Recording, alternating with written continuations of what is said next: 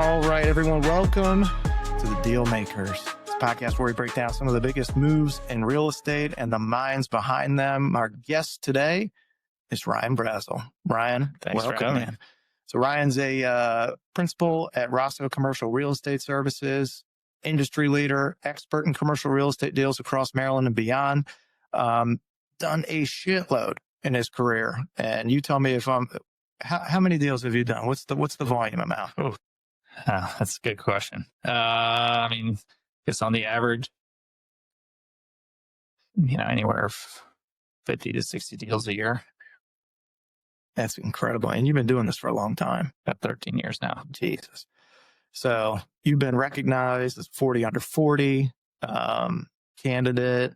You've gotten a ton of high stakes deals, and you're in tune with the market trends and what it takes to be a true deal maker in the commercial real estate space. So I want to talk about that in a little bit, but I want the backstory first, man. Sure. All right. So you grew up here. Yep. All right. Tell me. Brownsville, born and raised, basically. All right.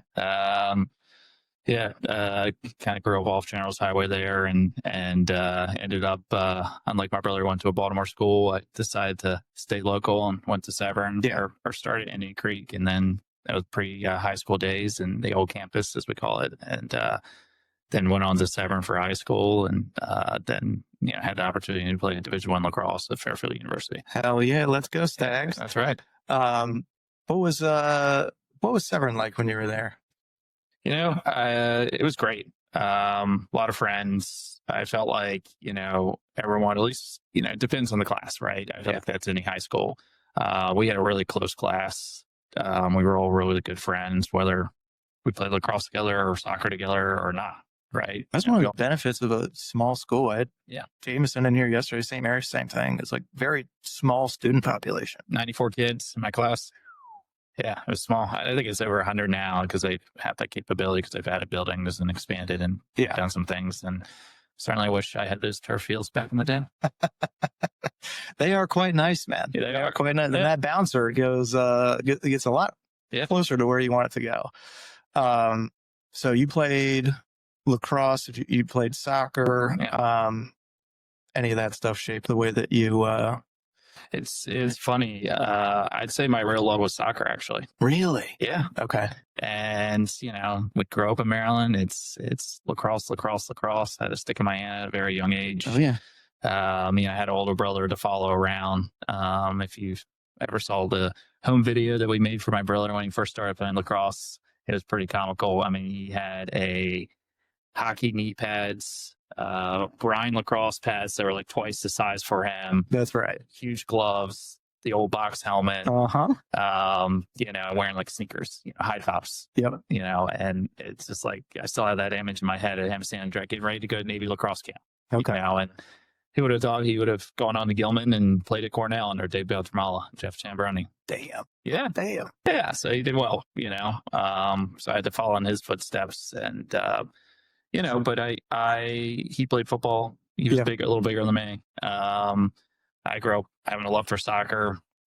So we had a good core group. Yeah. That never really, we kind of had a club team, but it really wasn't a club back in the day, right? Right. We were kind of the Sandlot kids, and we held our own. Actually, a little story, we played in Holland when we were 10 years old. No kidding. Yeah. Damn. And we represented Team USA under age 11.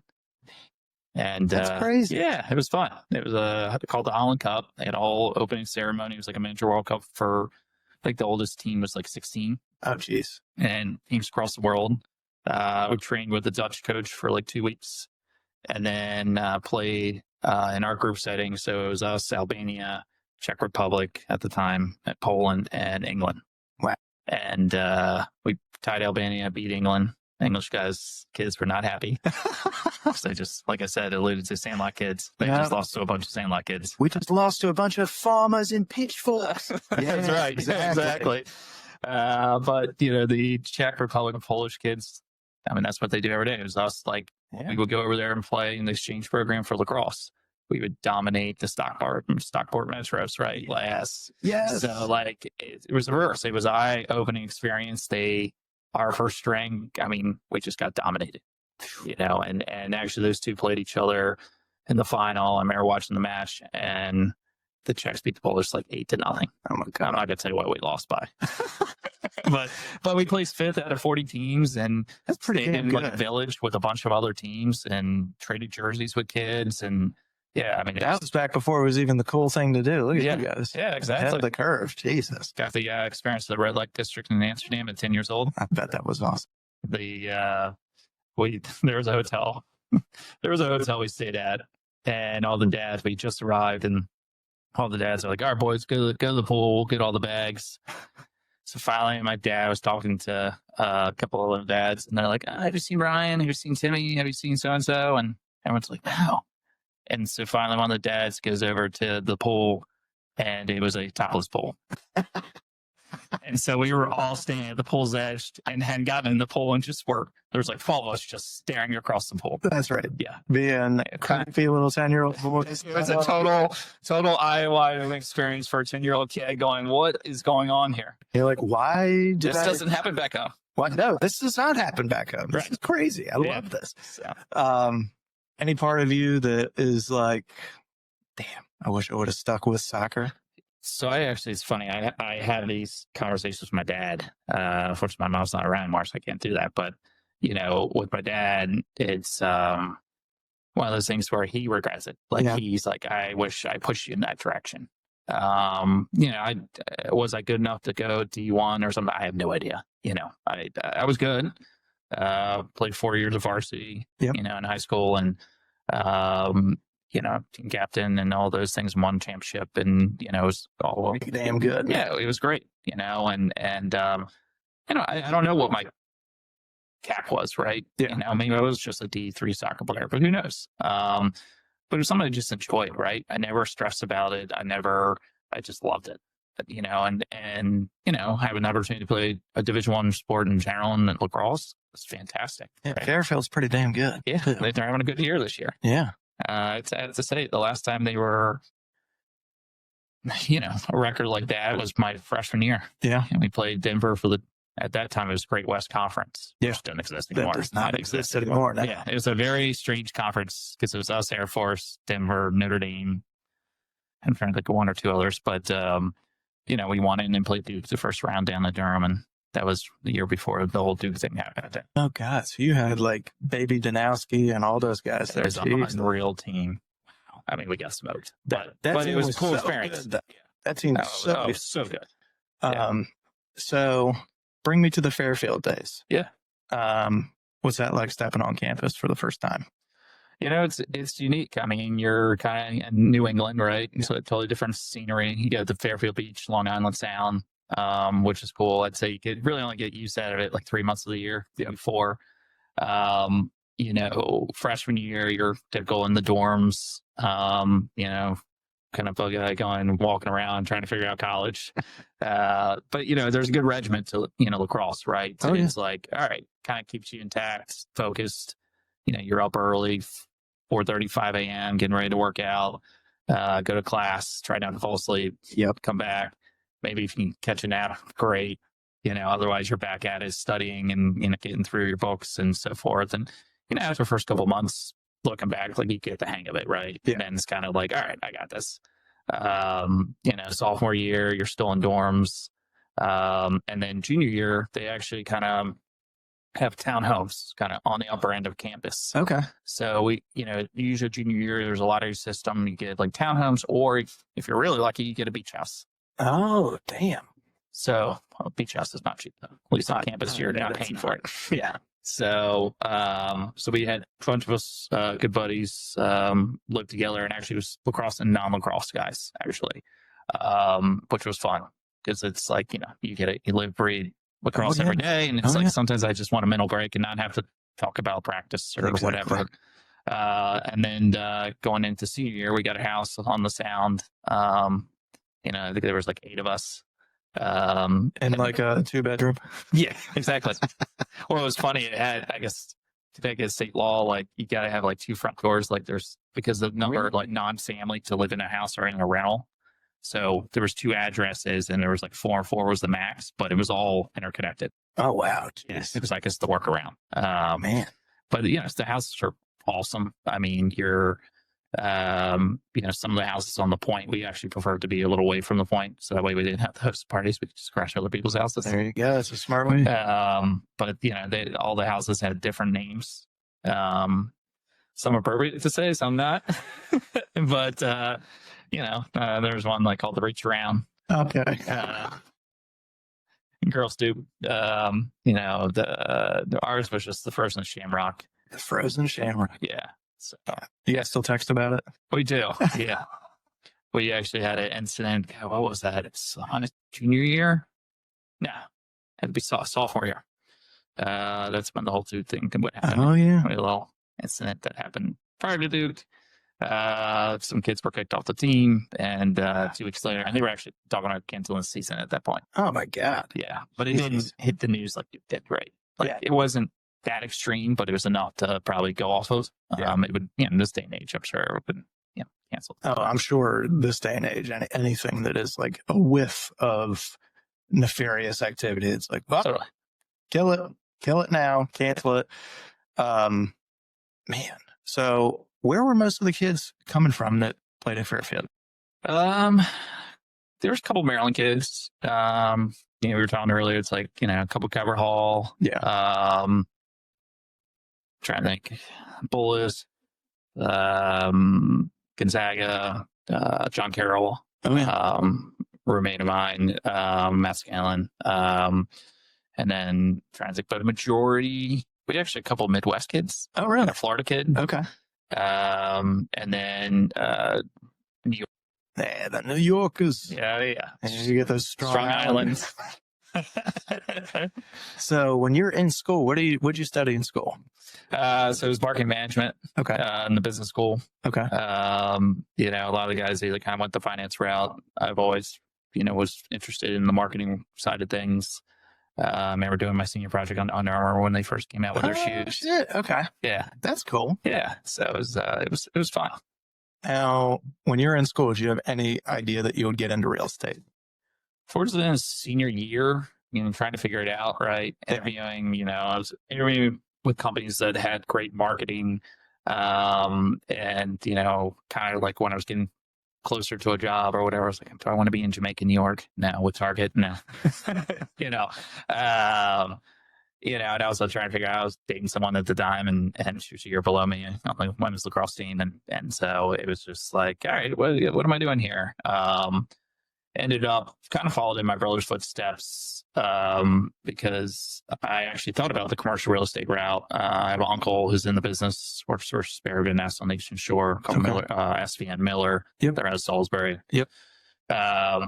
He's done been around forever, doing it forever. And he put me in basically it was 2008, right? Yep. Recession. Oh, yeah. Ryan, if you want to live in your parents' basement for the next 5 years. I said, hell no, I'm not doing that. So I said, I'll come back to you. And so I ended up going to work for the E&J Gallo Winery. My brother had worked for them for, I guess, 6-7 years at that point. Okay. So I kind of followed in and trying to figure out where I was going to go. Never thought I'd land in Detroit, Michigan. Oh my God, you were in Detroit? Yeah. Holy 2008 to like 2012. Jeez Louise. Yeah. All right. What's life like in Detroit?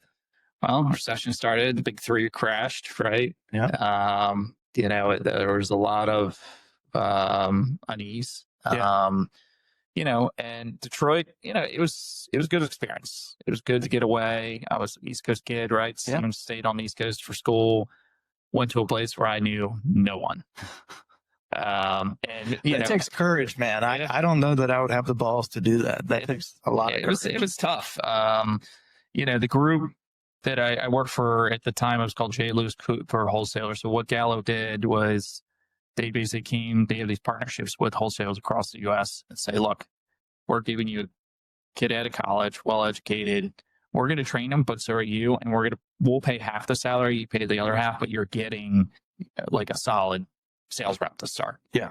He's not going to be here probably 4 years from now, but for the time being, you're going to have a, solid person you can rely on for whatever territory. So your job, you're going to different liquor stores and vendors to try and sell them. So there was on and off premise. I had off premise, which was like at the time. So out there you had Myers, as they would say, even though it's for Meyer. They have the silent S out there. Kroger's, which is just Kroger to my mind. But so it was Meyer, Kroger, Walmart, CVS, Rite Aid at the time. Yeah. And then you had like kind of like other little ancillary, businesses or chains, so to speak. So I was on the like chain retail side of things. And in the beginning, it was great. I mean, it was kind of, you were selling, you were getting into these stores. So you had a team of like 5 or 6 reps. Yeah. Some reps you shared, like you had a partner with. So like your brand counts were half and half. And then you had your own stores to get credit for those case sales. And then you had a, sales manager, so to speak. And then you had a division manager above that. Okay. At the distributor level. And we had a good crew. I was literally the only East Coast kid. So it was that kind of eye-opening. So first time I'm meeting everyone, division manager was a gal guy. He was from Buffalo, New York. And so he's like, all right, hey, Ryan, like, let's, I moved to this town called Royal Oak, which used to be just a railroad town. Yeah. And it kind of blew up right before the recession, and pretty cool little town, probably like mile markers. I was on 10 mile, 11 mile versus 8 mile with M&M. Yeah, but and the dividing factor is really 8 miles between the city and like, call it like countryside county, dividing line. And then 75, the main highway to Detroit, kind of bringing you up and down the state, kind of is like east and west. Gotcha. So I show up to this Italian restaurant, and I'm wearing very similar shirt that I'm wearing now with khaki blue shorts and boat shoes. And they're like, what the is this guy? They're like, I walk in and they all just stop and stare at me, and they're like, what the are you wearing? I go, hey, Brassel, I don't see any water around here. Do you? So fast forward that year, we get some bonuses, right? We had some case goals at the end of, from suppliers and so forth. And that was key. It was like, I got to sell so many different brands. Yeah. It wasn't just Gallo. So which was unique. Sometimes you go work for, a distributor and you're selling just Gallo brands. Okay. So I got to understand the industry and different suppliers. And it was a really cool experience. So fast forward, there was a mall out there called Somerset Collection, really high-end mall. And believe it or not, like Detroit, that area, Royal Oak, and then north, like Grosse Pointe, which Clint Eastwood had his Gran Torino movie that was being filmed when I moved in. Nice. So I saw Clint walking around town. Oh, that's cool. Yeah, and but you had like Bloomfield Hills, West Bloomfield, Birmingham. Yep. It's like all the new money Detroit. Okay. Like very high end. If I wanted to go find Matt Stafford at the time, I just go up to Birmingham. Gotcha. Or some of those guys lived in my town. Okay. I would see them out in bars. Oh, that's wild. Yeah. All right. And everyone was like, oh, cool, Matt Stafford. It wasn't like a thing. But yeah, so fast forward, we go to the Somerset Collection Mall at the Nordstrom's up there, and what's there? Sperry wrap. And 4 of the guys that are with me go, hey, I think I'm gonna get some Sperry's. And I'm like, wow, okay. And they were like, I was like, if they ain't calling the kettle black, I was like, oh, what the hell, guys? I was like, you gave me all this crap a year ago, and now you're getting them? I was like, I told you they're comfortable. You don't have to be on a boat to wear them. Mm-hmm. So I guess I was a trendsetter, and that's, I would call it that. This was the beginning of trend setting. Yeah. So yeah, I lived there for like almost 5 years. Worked my way up, saw different territories, had the high-end territories, and on my way out, I was south of Detroit. That was a different experience. Oh, yeah. And at that time, I was a sales manager. Okay. But they kind of knew Gallo was moving me on, and they're like, all right, Ryan, we need help down here. So had a group down there, and, I wasn't selling the high-end wines anymore. It was more box wine. Yeah. But it was cool, and then actually the job moved me back to Montgomery County. No kidding. Yeah. Okay. And I kind of had said I wanted to move back to the East Coast because a lot of my buddies also had moved on to different parts of the country that I kind of started with. We had a really solid crew in Detroit. We all got along, even though we came from different backgrounds, but it was pretty cool. That's nice. Yeah. So it was good.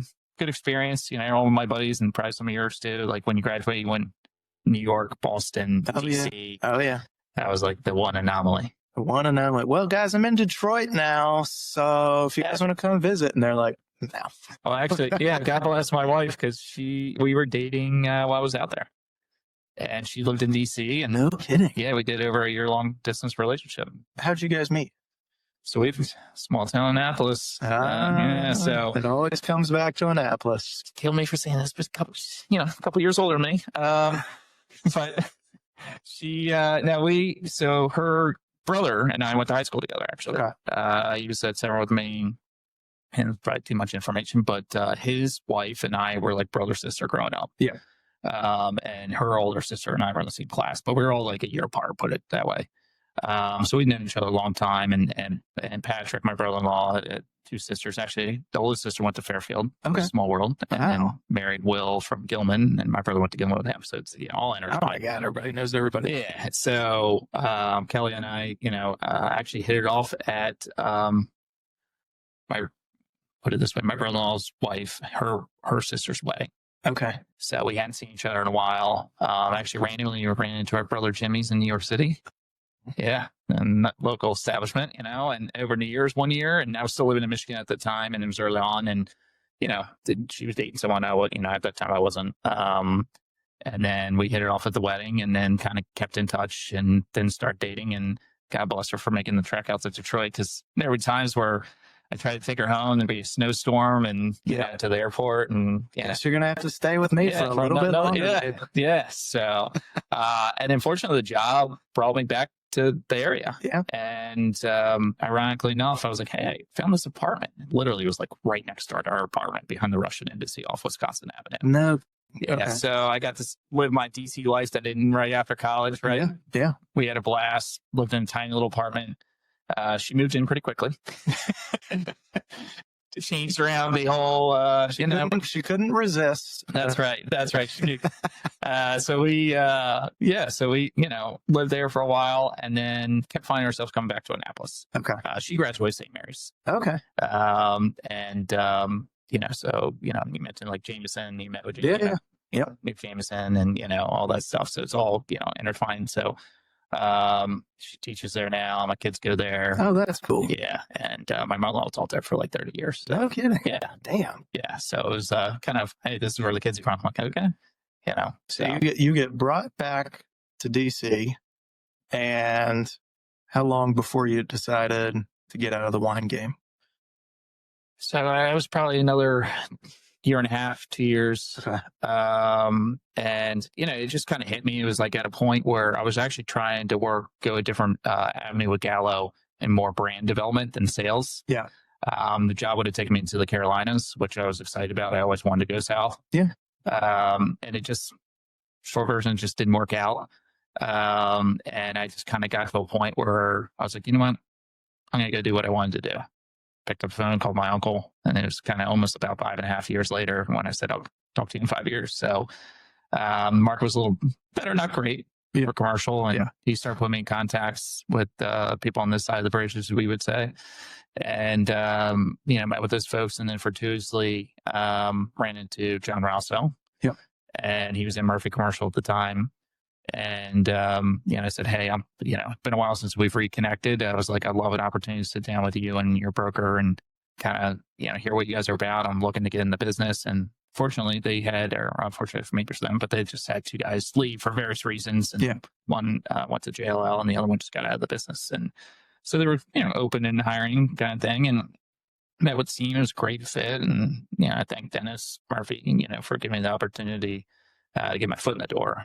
Certainly it's not an easy business, and kind of take me under his wing and show me the ropes, because, the market wasn't great, and it's not easy. It's not an easy business, right? You kind of got to just dial, as he would say, dial for dollars. Yeah. And, slowly but surely, year one, you're not making a ton of money, right? And I'm going from full salary, decent salary, to all of a sudden, Kelly was, working at the time, and I was just like, and she was actually working in Virginia, so she was commuting, doing early mornings.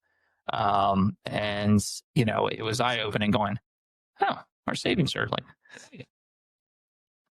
This is not good. Yeah, this is okay. So, it was pre-kids though, right? Yeah. And I said, I was like, I need to do this, want to do this before we have kids because it'll be even harder Exactly. to make that transition. So, fast forward, start to improve each year is what you want to see. And, John came to me, and John actually, had been doing it part-time while he was at Maryland. And then went full-time when he graduated, and has done a tremendous job. And, so he had come to me and said, hey, look, I want you to kind of come with me, but I'm good to go hang my own shingle. And I said, oh, okay. Came out and talked to Kelly. I was like, well, I didn't expect it now, but, and she said, well, what do you think you're going to do? And I said, well, I got to follow him. Yeah. I said, he's young and like-minded like I am and hungry and has done a fantastic job and has a great reputation. And I said, I just don't know where, like, my role is when he's gone and here at my current firm. And I was like, so I, had to break the news a couple months later. Yeah. And just kind of, I was like, and we had one on the way. Savannah was on the way. And I was like, I had to jump ship, because I knew if I didn't, I was going to kick myself. And I wanted to be kind of one of the first people in the door with John. Yeah. And, so that Rosso kind of started around kind of like end of 2016, 2017. Okay. Started in a tiny office. Yeah. Single office to start. And then we moved over to West Street and hired, at that time we had a good friend that kind of remained our broker for the time being. And then we had Gene Parker come in as our broker. Well, the knowledge, wears multiple hats. We're lucky to have him.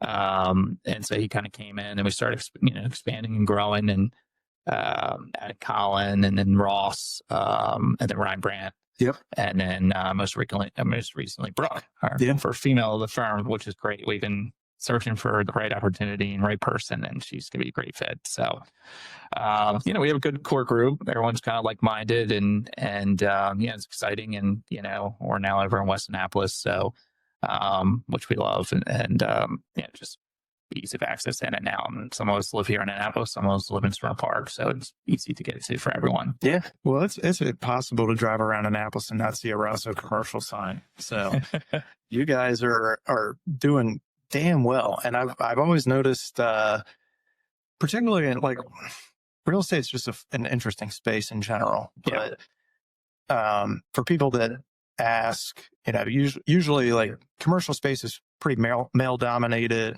residential is pretty female dominated.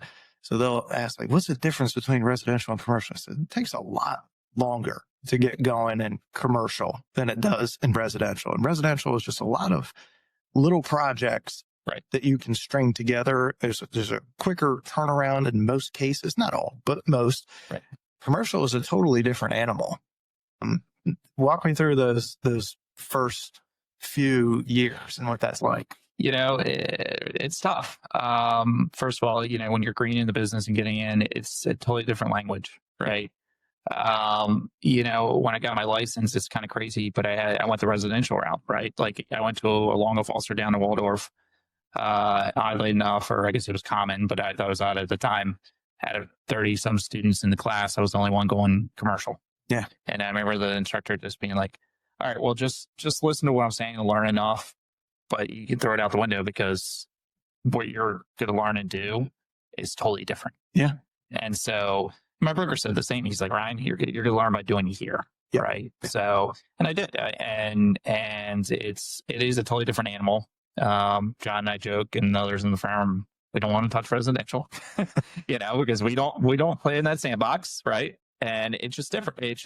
That's different. There's always changes now to residential, and I can't even begin to where to start, and it's like, but on our side, I mean, it takes a long time to get deals done. It really does. And if deal does go by quickly, you're like, huh, where's the shoe going to drop? Yeah. Right. And sometimes it does. And then it's like, yep. And there it is, Yep. But, I mean, and each, whether it's a sale or a lease, I mean, especially now with the market the way it is on the leasing side of things, not so much retail. Retail's still high demand, very competitive. you're really trying to look for clients that, are new opportunities. Cause let's just say we're going to give you an example, like a nail operator, right? Yeah. And they got multiple units. You're out looking for new retail development, not existing, because most existing retail centers already have a nail salon, right? Or some exclusively you can't go in. A lot of food users out there, really cool brands that, fortunate enough we're able to work with personally myself or just as a firm. And I think that side of the business is, thank God we're in that side of the business right now. Because the office side of the world, it's tough. Yeah. And you've got buildings that are 50% vacant. You got tenants that are a little skittish and what they want to do, kind of unsure. And I get it, with everything that's going on in today's world and the market and politics, not to get into that, but people are a little hesitant, and kind of reserved, or they're downsizing. What do you forecast for that? Do you think that with the Doge stuff and making people come into the office, do you think that's going to translate to the corporate world getting back in? Yeah, hopefully. I mean, some of these bigger corporates, my brother works for Johnson & Johnson, and, even 2 years ago, they were like, all right, we're putting our foot down. You guys got to come in at least 3 days a week. Right. Otherwise, you're fired. I mean, that's what he said. He's like, and for my brother, it didn't matter to him, Yeah. But, for others, he said there were people that loved working remotely and they didn't want to come back.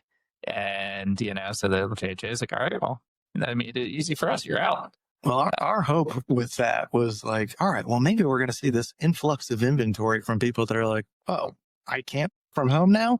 Well, then I guess I got to sell and move closer. Right. Or some people like, we have so many like government contractors and government employees just being, so close to DC that we were thinking, all right, well, maybe this is, maybe it's a good thing. Maybe it'll solve some of our inventory crisis that we're having. And so far, no. Yeah. I mean, it's not happening. Maybe it comes down the pike later, but it's tough out there.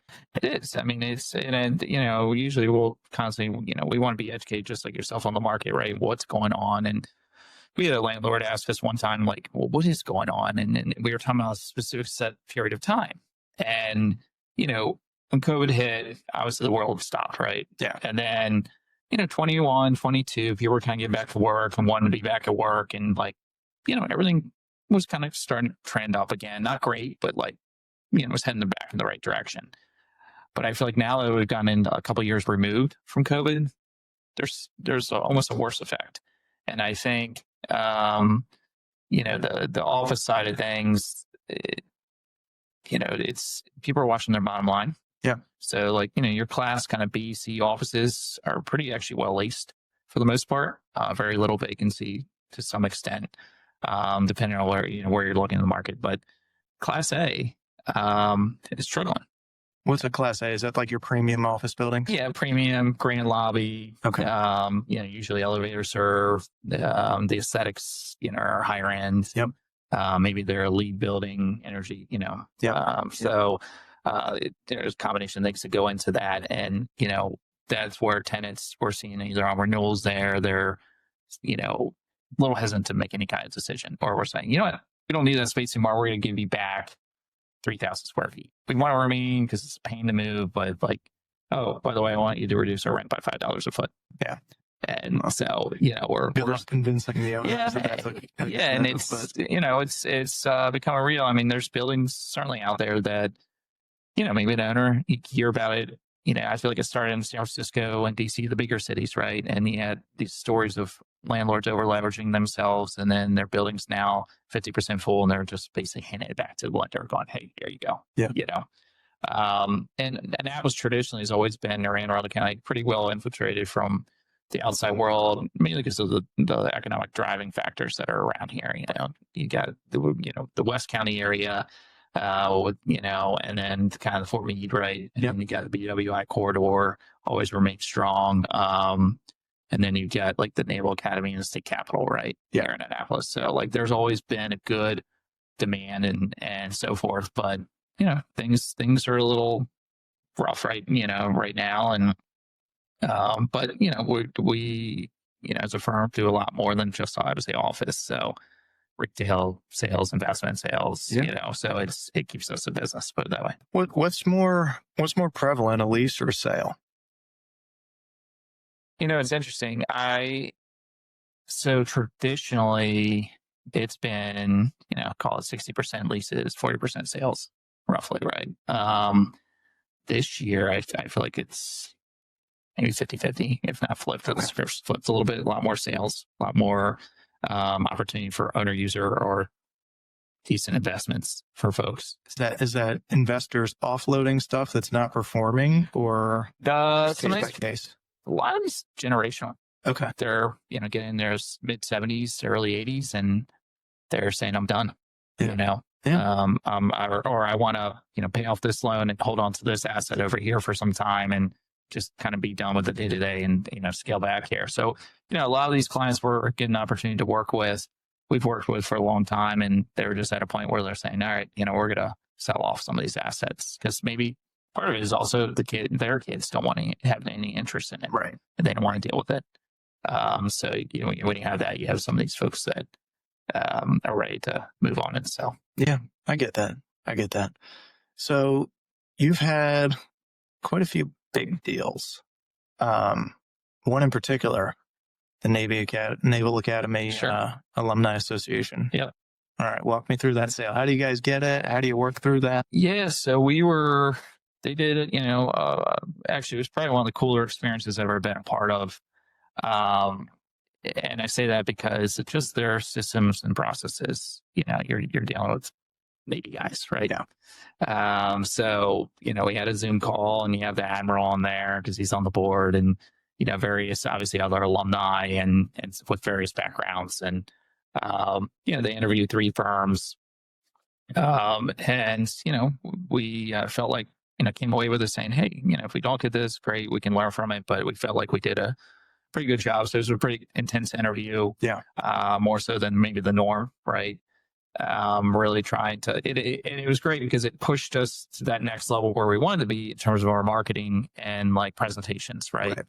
And it just made us think outside the box. How do we really impress these guys? Obviously we did and got awarded the listing. Really cool process. It was interesting to, when we got into it, having not just the press, because it was out there, everyone knew about it. The history of the properties, learning those was really cool.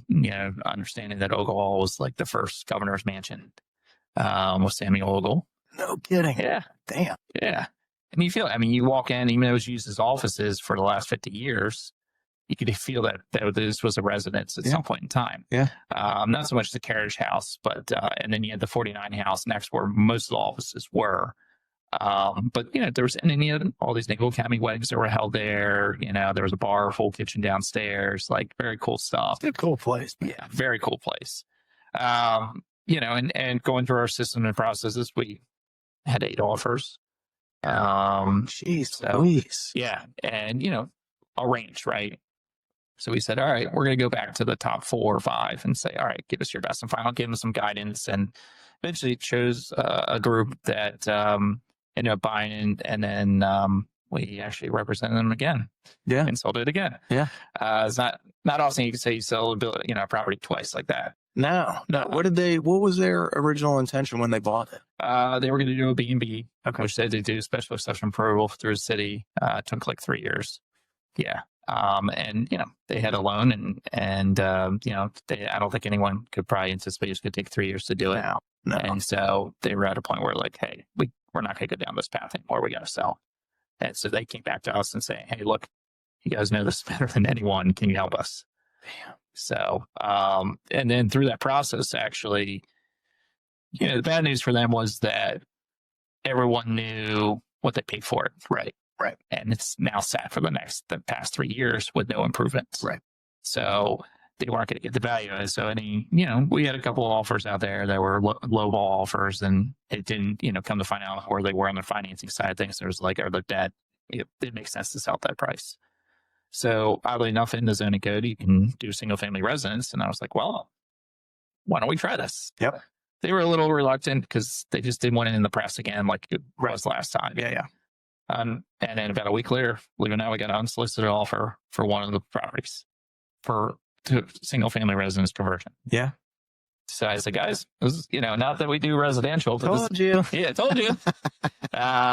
So they said, okay, fine, let's go. And sure enough, you can imagine the interest level we got, but it was interesting because obviously now we weren't dealing with commercial agents, we were dealing with residential agents. Oh yeah, God bless you, dude. And that was an experience. Just the way they were acting. I feel like a good, solid commercial agent can have patience, and they understand that it's a business transaction and nothing's going to move immediately. Right. Residential is not that. Residential, they want answers yesterday.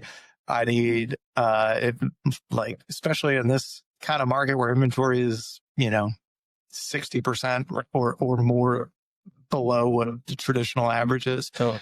They're like, I got to have an answer ASAP, and I want you to take this. And what do you mean we can't do this? What do you mean we can't do that? This is ridiculous. Are you kidding me? And yeah, it's just, there's quite a bit. There's a lot of that. A lot of the conversation. Well, what do you mean you can't show it? And I'm like, listen, it's a historic property. The owners, there's materials in there that are owned actually still they were donated by the Tabaro, because at one point they were going to do a museum as part of it. Okay. And so there's a lot of artifacts in there. And so I said, you guys understand, like one of us has to be there. And it's unusual. I'm happy to meet you on a weekend. I really am. But, I'm at my brother's Ironman in Cambridge or brother-in-law, excuse me. And, my other colleagues are out of town. They couldn't figure it out. They were like demanding, I actually had a broker call me one time from one of the offices and say that he demanded that I show him the property. I said, yeah, just let me know when you want to get in there. Well, I'm going away for 10 days. I'm like, okay, well, great. Let me know when you get back. He, we ended up going under contract anyways with someone. So, he obviously never got in. But, it was to your point, it was interesting. I guess with the change in rules, they were asking now what the fee was immediately. Right. But I was like, my mindset on the commercial side is on our side, we never really traditionally asked what's the fee. That's never my first question. Well, you guys usually negotiated into the deals on each one. Is that? Yeah, I mean, usually there's the listing agent has an agreement with the landlord, right? Or seller. At some point we'll ask, what is the co-broker fee? Right. But usually I want to make sure it's a fit, right? Because I'm not counting my dollars by any means. Yeah, I got to make sure that this is actually going to work first before we. Right, and that's why when I interact sometimes with someone that's not familiar with the commercial process, and to your point, they're like, well, what do you mean? And I'm like, well, the zoning code's X. What is the use? Well, I'm not going to tell you. Well, then I'm not going to meet you, because if it's someone that can't go into the space, then you're wasting your time and my time, right? Exactly. So, it's just, again, the further point, it's always an interesting interaction. And, we're always willing and happy to help, but at some point it's just like, all right, what is your real fiduciary responsibility over there? If you don't know some stuff to at least make it enough dangerous to help your client out. Right. Sometimes I feel like I'm doing both sides of the deal. Yeah. Yep. Exactly. And that's a tough line to teeter. And we talk about that with our team all the time, where it's your job, yes, we don't work for free. That is correct. We do have to charge something, and, we charge whatever we feel like is commensurate for that region, that area, on whatever the specific deal is. But how do you maintain that fiduciary responsibility, which means I'm doing exactly what my client wants and what is in their best interest, not mine. Right. That's where having that sales relationship can get a little murky sometimes, because you'll see agents, and I don't know if you see it as much in commercial, but you certainly see it in residential, where it's when the first question that they ask is, are you compensating? It's yes. I mean, we want this to go to a buyer that is ready, willing, and able. Right. And the best way to do that is to compensate for a buyer's agent. And it's just usually when that's the first question, it's like when, you go to a job interview with somebody and the first question they ask is, well, how much does this pay? It's like, all right, well, are you interested in the job? Right. Or are you just interested in the pay? Right. And, there's a way to do it that is not, not to shoot down my car salesman guys, but you don't want to have that hanging over. Your job is to represent the client as best as you can. And if you can negotiate a good fee doing that, awesome. But our whole structure now has changed since the settlement in August, where in order to show a property, we have to have a buyer agency agreement written up in place prior to showing that. Most agents are abiding by that. And then that's details in there. This is what I'm paying my agent. 99% of the time, that fee is going to get covered by the seller. But in the instance that it's not, we've got to let you know as your broker, hey, that they're only going to compensate X amount. So you would have to bring Y to the table. Are you still comfortable doing that? And that's just being honest and authentic and straightforward. And I think part of the reason that got implemented in the beginning was, as part of the settlement, was that there's just too many instances, and not necessarily around Maryland, but across the country, where that was just not transparent for people. And that's something that some judge somewhere decided, all right, we need to make this a thing for people now. But it's a tough thing doing that. Bring me to the Ski Haus. Yeah. All right. Tell me about that deal. Yeah. I mean, that was around shortly after COVID. Longtime family that owned it. Funny, they had a bar upstairs. Oh, really? Non-alcoholic bars, preference. Okay. That was kind of like the remind me of like the Club H2O in Ocean City back in the day. I mean, it was interesting. I'm like, what is this doing up here? This is so like 1980s. Yeah. I mean, 90s if you give it, but yeah, it was like the bar for like the neighborhood kids to like hang out at. There was arcade machines. No kidding. Yeah. Yeah. So it was like the hot spot. It was the hangout back in the day.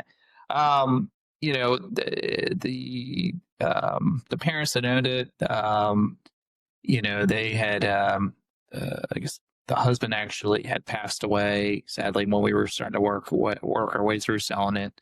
The daughters were involved in the property as well. And, it was a tough one, right? Because, your access there isn't great. Right. And, it used to be back in the day, around 50, you could just pull off to the side of the road and pull into the Ski Haus, or anglers across the other way, or the McDonald's, right? Yeah. And then 50, they put up the guardrails, and now they've completed it by shutting off where got fence deck is right before the bridge. Like you can't access that anymore unless you go off the exit, right?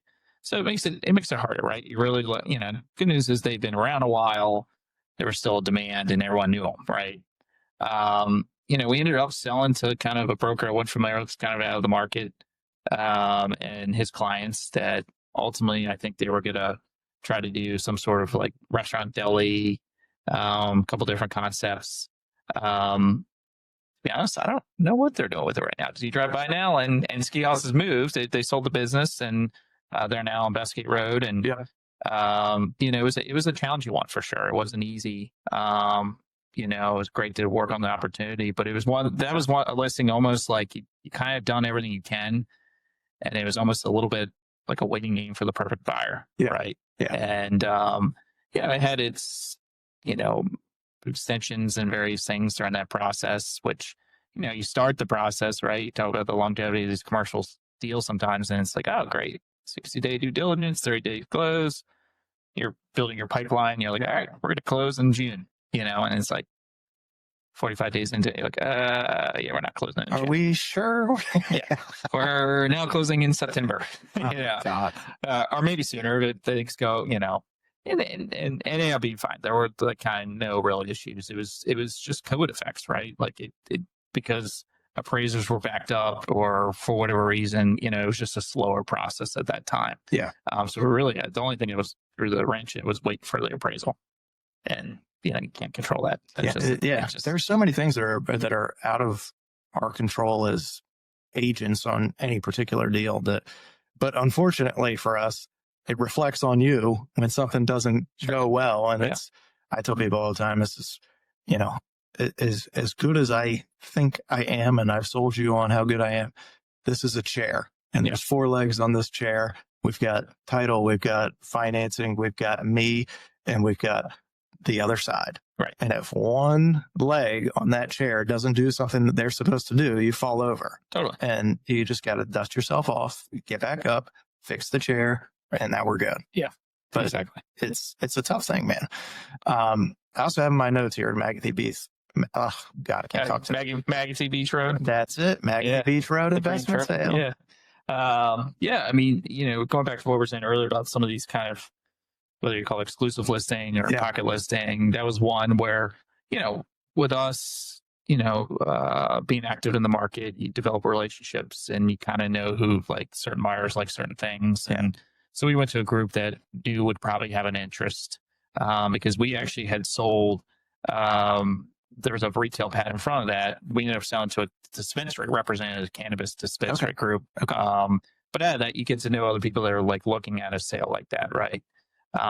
There's certainly been a lot more cannabis dispensaries. What are the restrictions on that? They've lessened now. Okay. I mean, federally, like, there's banks that still can't do loans. Right. Or if from a lease side, although landlords are okay with the use, they physically can't lease to you for their mortgage. Interesting. Yeah. Okay. So that's how the business, but there are banks and, I feel like it's, because back then it was even harder because you had so many requirements and conditions to open. You can't be within a mile of another one. You can't be within to a school or residence or lot line to lot line. Like there was all discrepancies, and that one worked out actually because at the time there was or still is, but there was a Montessori school down the road.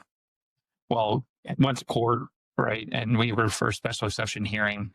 And they won because, the Montessori school stood up and said, hey, like, we don't want this here. And mind you, it was kind of tucked away down here and they're over here fronting, Route 100. But point being, it was nearby and they didn't want it. Yeah. Well, judge said, well, according to the state law, you're actually not a school. You're a daycare. So by definition. So even though they, so it was something I had learned too, because I figured they kind of fall under the school category. Right. So it was interesting. They were awarded the approval and So, but the Green Turtle, that was just one where it was unique and, we knew the guys at Green Turtle or at the franchise and, good operators and we just had extended their term. So like, another years, I think it was like 10 years worth of term. And so that was the time to sell it. And the developer of that site, we had sold off his medical building next door. We had sold off that, what used to be like a Hardee's, and then it was a Mexican place. And I think that location for a drive-through concept was a little tough because there's so much more else around there, there are options, and had the visibility, and that really didn't. So like dispensary is kind of like, you're going to find that dispensary, right? Oh, it's a destination. Yeah. So it worked for that use. But yeah, we sold to a group and it was pretty quick closing, not a whole lot to it. It's just one of those things, just building those relationships and being in the market and, and also like remembering those people that, because out of that, a lot of times, we just sold something in Turner Park and you develop a lot of calls, a lot of personal, development and relationships. And it's like, well, I remember that guy, he didn't buy it. He may want to buy this next thing. Right. So it's just keeping that log of those buyers, right? And taking the time to do it. Smart agent does. You got it, What you've touched on some of this stuff already, but what are some of the biggest trends that you're seeing in the commercial space right now? Yeah. I guess you go by asset class, right? Industrial, still it's hard to find, in terms of for clients, whether it's, flex office kind of storage products, industrial product, especially on the smaller side. Yeah. When I say smaller, like call it less than like 3,000 square feet for someone. Yeah. It's just hard to find. Okay. Because a lot of bays are built out that way to some extent, but it's just, and then some of these sellers also at this point in time want a high price per square foot. And it's just kind of hard to justify because some of the comps that have sold, it's like you look at it and you're like, hey buddy, like And so like, fine, I'll just sit on it. You're only as good as your comps, because how many people are buying these cash? Right. Not many. Not many. A lot of leveraging. So, but there's still a demand for industrial. But when we talk to some of the other brokers, especially the guys who do a lot in like Baltimore City and there where you've got a lot more industrial, they're busy, certainly. But they said, we've had to do some price cuts. And so, 2 years ago, it was like kind of like the residential world in 2020, right? Like I felt like those guys were just busy and doing deals and, getting top dollar or top dollar for leases and so forth. Yeah. So there's definitely been, it seems like somewhat of a slowdown to some extent, but still busy and active. Office, as we touched on, it's struggling. We're trying to sell 2 assets right now that are, like I said, like 50-60% vacant. Yeah. And they're big buildings. And, it's like, what do you do with them? How do you continue to push it out to the market so it's not stale? Put it at a price that's reasonable, because you can't do it on a cap rate because it just doesn't pencil, right? What do you see as like a solution for that office stuff? At the end of the day, it's probably a conversion of some sort if the zoning allows for it.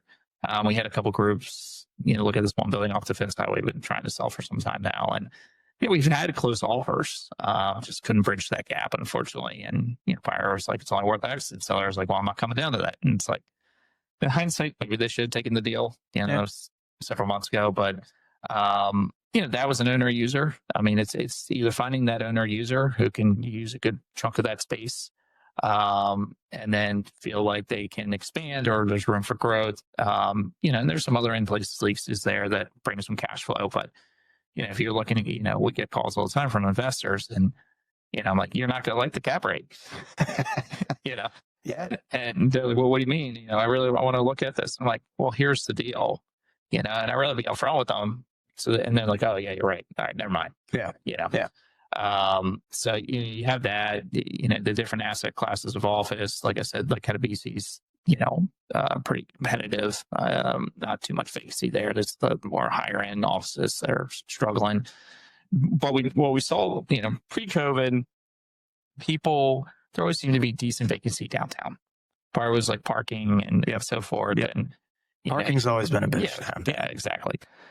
So what COVID did was basically force people to kind of reset their minds to some extent and say, we want to be back in the office, but in order for us to attract younger talent, we need to be near things. Right.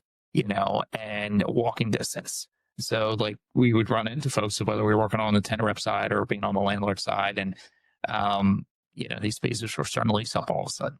And it was partly because people wanted to be in a town that had, hey, I can walk out and I can go get lunch. I can go shop here. I can do this or entertain clients pretty easily. Yeah. They didn't worry so much about the parking. They figured it out.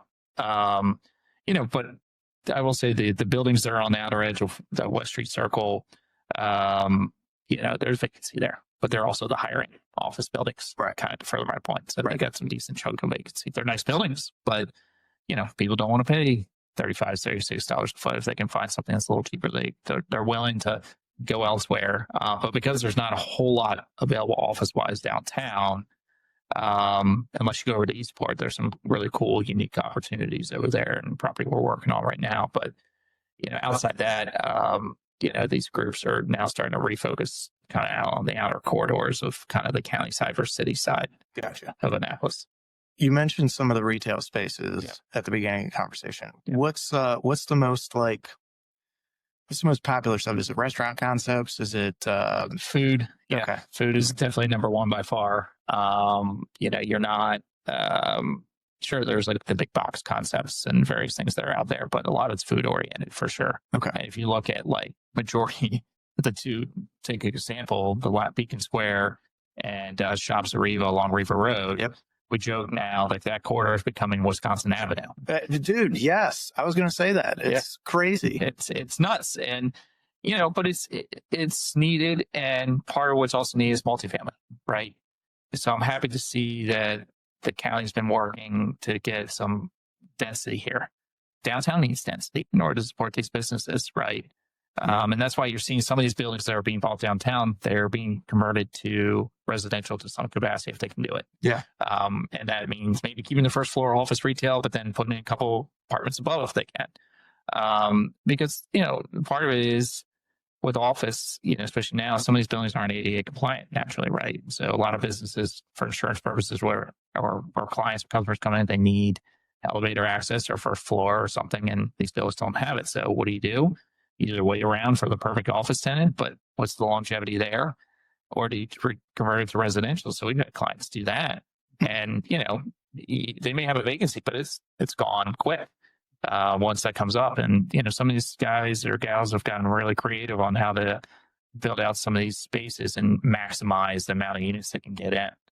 But the retail, I mean, the back on the Brewer Road properties, I mean, if you look at them, they're all food for the most part.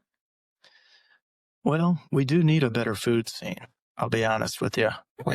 Annapolis is okay, but areas like Severna Park, me and my buddies talk about it all the time. It's like, what a great place to live. But if we could just have a better food scene there, it would be one of the best places. Oh, it's lacking. We say it's 10 years behind Charleston. Yes. And we're involved in some of these, food concepts to some extent. And, you start to see COVID's helped that too.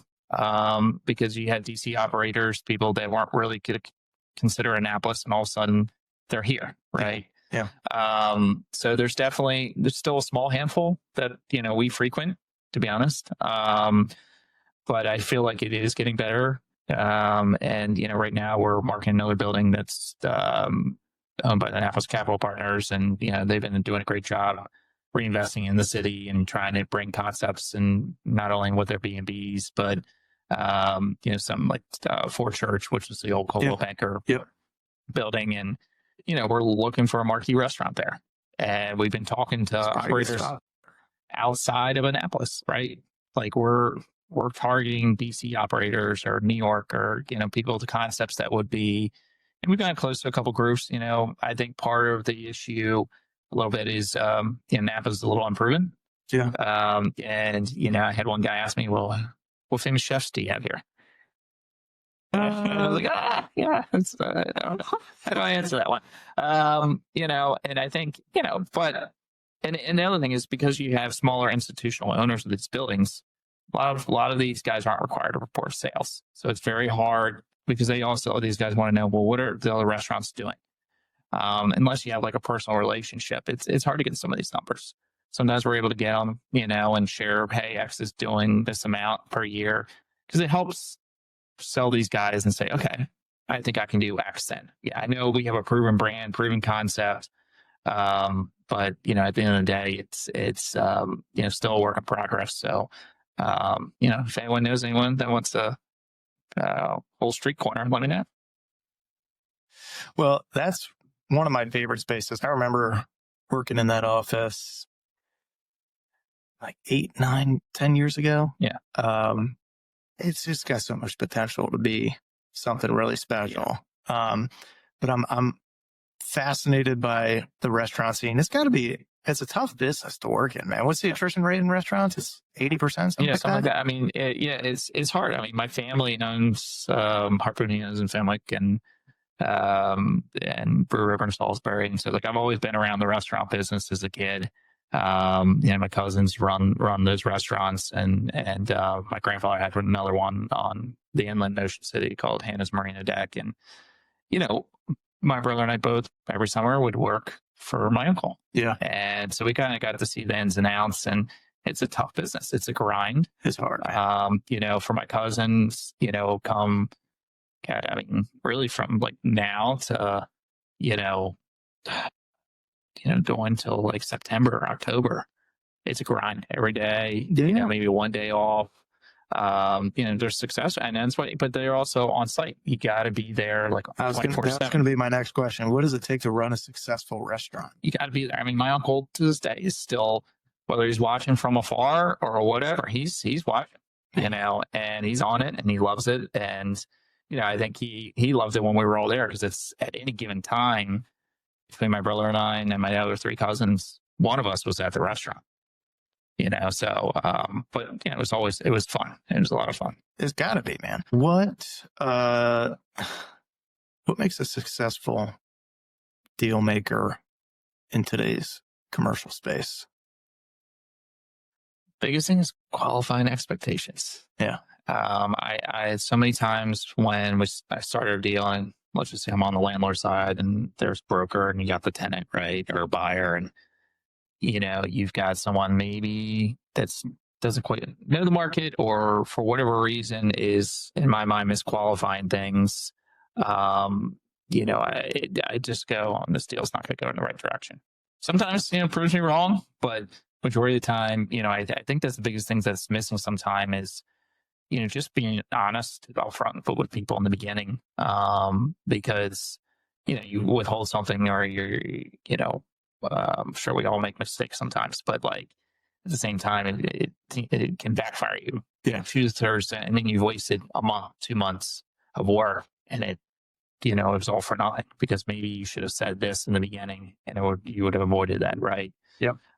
So, from that standpoint, I think that's the biggest thing I would strive to anyone, even someone, like a newcomer coming in. You just want to make sure you're qualifying things accurately and correctly, and not misleading.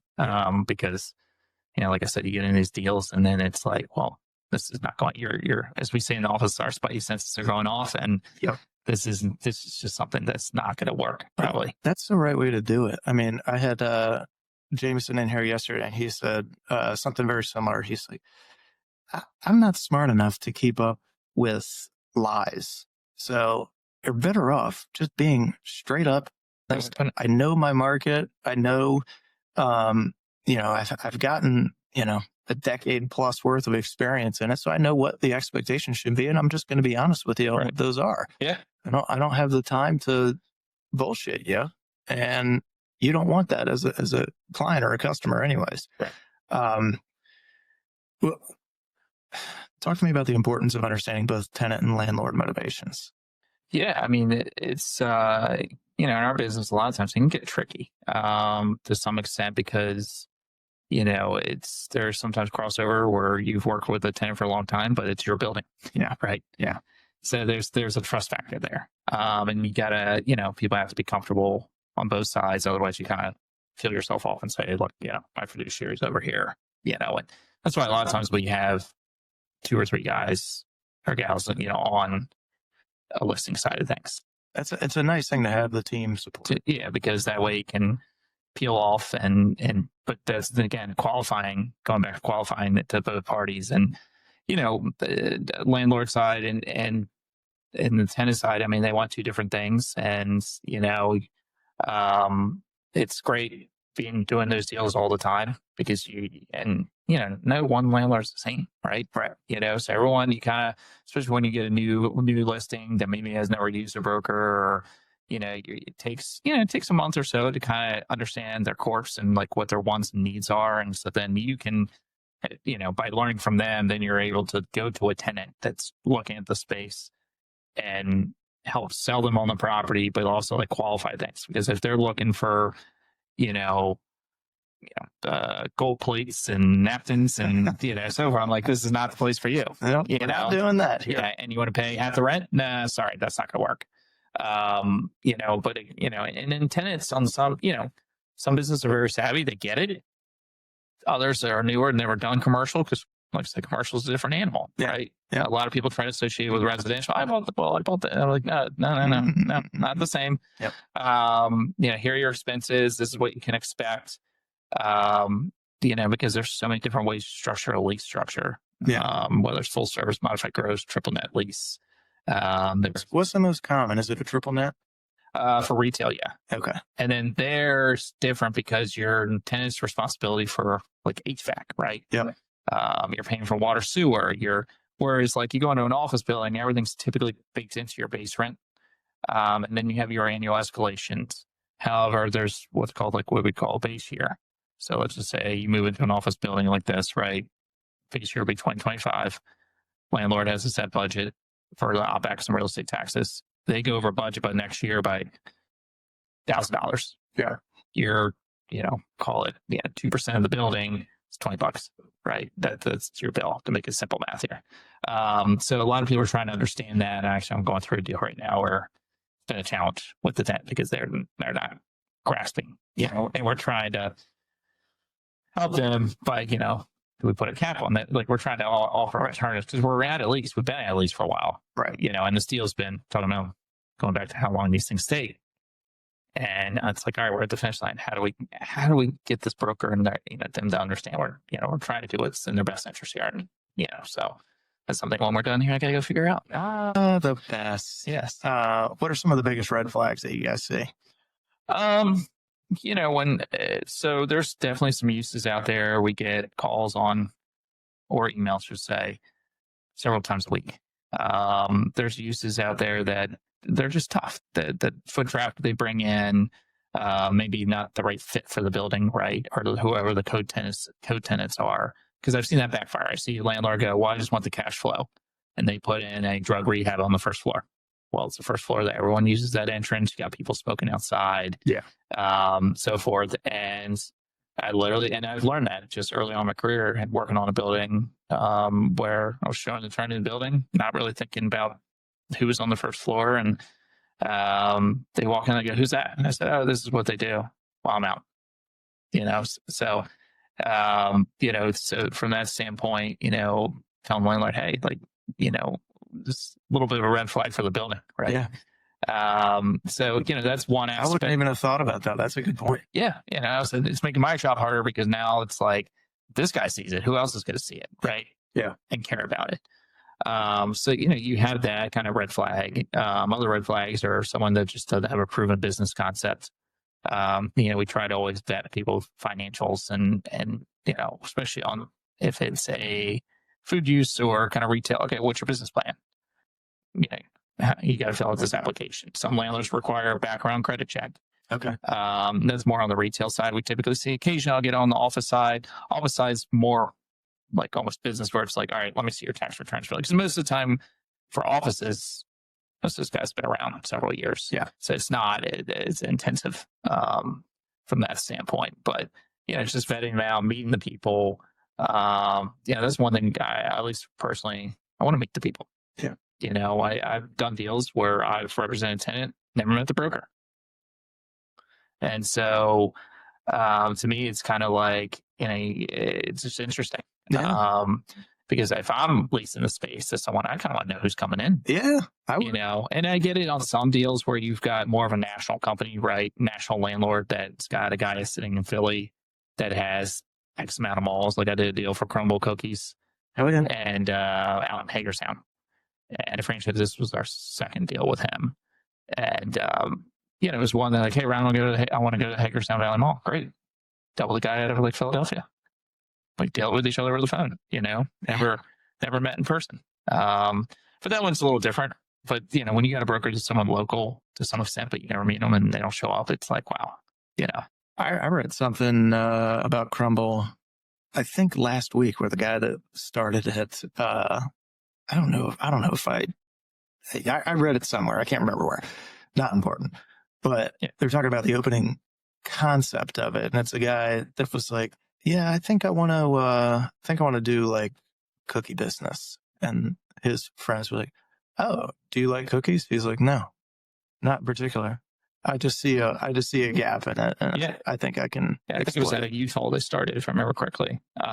Great brand, great concept. Oh yeah. My wife and kids love going. It's Crumble. Oh my God. We've done Crumble a few times. They are filling freaking cookies, man. Oh yeah. They're humongous, beautiful, taste great. We have them here in the office. They go like freaking hotcakes. It's and all I can compare it to back then when we were kids was a Great American Cookie in the mall, the little PS, right? Yep, exactly. And back then we thought that was the best thing ever, but now this is a whole different level. Whole different level, man. Yeah. Well, let's get into some philanthropy because you got a couple of associations that you're a part of. Good. Like 10 more minutes. Yeah. All right, let's do rapid fire. Best commercial deal you've ever worked on? Probably the Naval Academy. Probably not the highest price, generally speaking, but the ability to like sell it twice and just the uniqueness and just the whole process to go through to get there. And that's a name maker too. It's a cool one. Favorite Maryland city for commercial real estate? I I would just have to say around here. I mean, I know we're offices are here and stuff, but it's and I say that because it's just fun to be a part of something that you're bringing to the community, especially if it's a great concept or a business that can better the community out at the end of the day. Yeah. What's the one deal you wish you would have closed? Trying to think. Something that you could have back. Yeah. I mean, there was one that we, fell apart, but this is when the market was kind of turmoil with lenders, unsure of where rates were going. This was like 18 months ago. Okay. An investment sale. And, unfortunately, it fell apart. Added in is just one of the things you try to control as much as you can. And even the buyer is kind of like, I'm sorry, guys, like, lender pulled the plug. Wow. Where was it? Up at Smart Park. Okay. But I will say this. Fast forward, we sold it. Hell yeah. All right. There you go. Yeah. So we did get an opportunity to get that one back. Biggest piece of advice for young brokers? I'd say you got to go in with just an open mind. It's not an easy business to get into. As you mentioned earlier, like it takes some time to really get traction. And, our friendly competitor, over at Mr. Mullen, he once told me, this is back when he was actually with McKinsey, and I always appreciated that advice. He said, year 2 or 3, if you can get through like 2 years, first 2 years, great. You're not doing a whole lot of like home runs, but you're doing okay. Right. Say, fast forward, if you can get to 5, maybe get some doubles, get some triples, you get a home run, maybe a grand slam, And I thought to myself, I was like, all right. And I finally got it was like 3 years in, and I was like, all right, get to 5. Yeah. Get to 5, and it was good advice. I mean, because it's like, I feel like, probably the younger generation to some extent is a different mindset, right? Right. And so they're like, I want it now. And why can't I have this done now? Right. Yeah. And it's like, it just doesn't work. So you got to be patient. You got to trust the process. And the first couple of years are not going to be easy. No. So I just say, it's trust the process. And if you like what you do, then stick with it, but you got to put it into work. Yeah. So that's good advice, man. So, all right, let's wrap this up. Ryan, thank you for coming in, man. I really appreciate it. See ya.